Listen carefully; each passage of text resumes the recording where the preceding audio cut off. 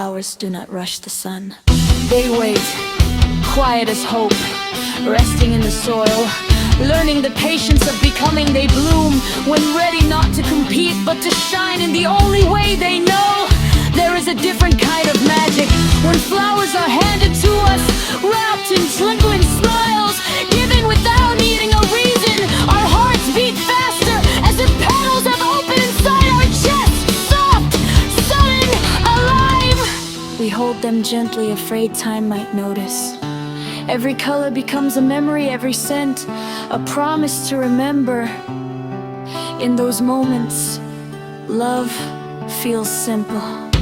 A shared glance, a quiet laugh, hands brushing like petals in the wind. And long after the blooms begin to fade, we keep what truly matters.